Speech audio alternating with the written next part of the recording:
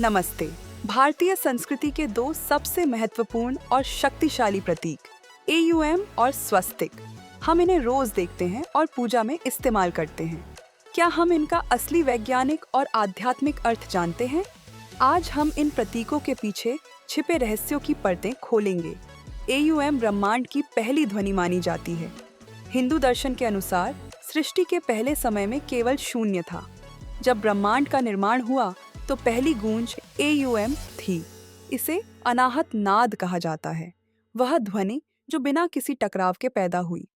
AUM 3 अक्षरों से मिलकर बना है, अ, उ और म। अजागृत अवस्था का प्रतीक है और सृष्टि के निर्माण को दर्शाता है। उ स्वप्न अवस्था का प्रतीक है और ब्रह्मांड के संचालन को दर्शाता है। अम सुषुप्ति या गहरी नींद का प्रतीक है और परिवर्तन व संहार को दर्शाता है। अर्धचंद्र और बिंदु तुरीय अवस्था का संकेत हैं, जो परम आनंद और मोक्ष है। वैज्ञानिक शोध बताते हैं कि एयूएम का उच्चारण करने से शरीर में खास प्रकार का कंपन पैदा होता है।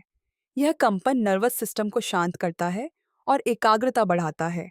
अब स्वस्तिक की ओर आते हैं, जो कल्याण का प्रतीक है। स्वस्तिक शब्द सु और अस्ति से बना है, जिसका अर्थ है सबका कल्याण हो। स्वस्तिक की 4 भुजाएं 4 दिशाओं का प्रतिनिधित्व करती हैं।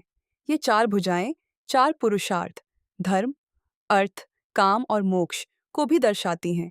स्वस्तिक 4 वेदों और 4 युगों का भी प्रतीक है। स्वस्तिक का मध्य बिंदु भगवान विष्णु की नाभि माना जाता है। यह दिखाता है कि दुनिया बदलती रहती है, पर ईश्वर स्थिर और शाश्वत है। एयूएम निराकार परमात्मा की ध्वनि है, जबकि स्वस्तिक साकार मंगलकारी शक्ति का प्रतीक है। एयूएम हमारे आंतरिक जगत को संतुलित करता है। स्वस्तिक हमारे बाहरी वातावरण में सकारात्मकता लाता है। स्वस्तिक की भुजाएं हमेशा घड़ी की दिशा में होनी चाहिए, क्योंकि यह प्रगति और जीवन के चक्र को दर्शाता है। एयूएम और स्वस्तिक अंधविश्वास नहीं, बल्कि जीवन जीने के सूत्र हैं। एयूएम हमें खुद से जोड़ता है और स्वस्तिक समाज के कल्याण की सीख देता है। अगली बार जब आप इन प्रतीकों को देखें, तो याद रखिए कि आप ब्रह्मांड की शक्तिशाली ऊर्जा के संपर्क में हैं। शुभम भवतु, सबका कल्याण हो। नमस्ते।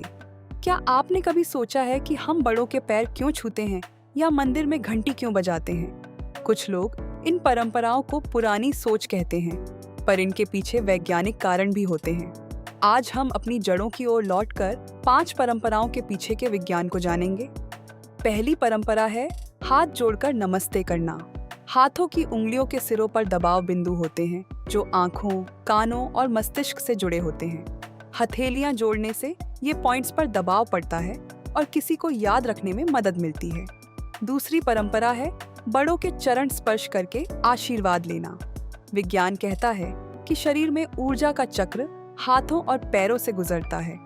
जब आप किसी के पैर छूते हैं, तो एक ऊर्जा सर्किट पूरा होता है और सकारात्मकता बढ़ती है।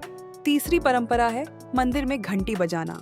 घनियों में मिश्रित धातुओं की वजह से घंटी की गूंज लंबी और तीव्र होती है। यह गूंज हमारे शरीर के 7 चक्रों को छूकर एकाग्रता और मानसिक शांति लाती है। चौथी परंपरा है जमीन पर बैठकर भोजन करना।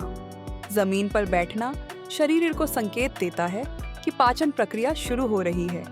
सुखासन पाचन मांसपेशियों को सक्रिय करता है और रक्त संचार को पाचन अंगों की ओर बढ़ाता है। 5वीं परंपरा है माथे पर तिलक या बिंदी लगाना। भौहों के बीच का ये हिस्सा आज्ञा चक्र कहलाता है और यहाँ तिलक का ठंडा प्रभाव नसों पर असर करता है। तिलक एकाग्रता बढ़ाता है, ऊर्जा के नुकसान को रोकता है और तनाव कम करने में मदद करता है।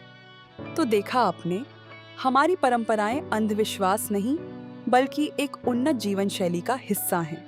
अगली बार जब आप कोई परंपरा निभाएं, तो उसके पीछे के इस लॉजिक को याद रखिएगा।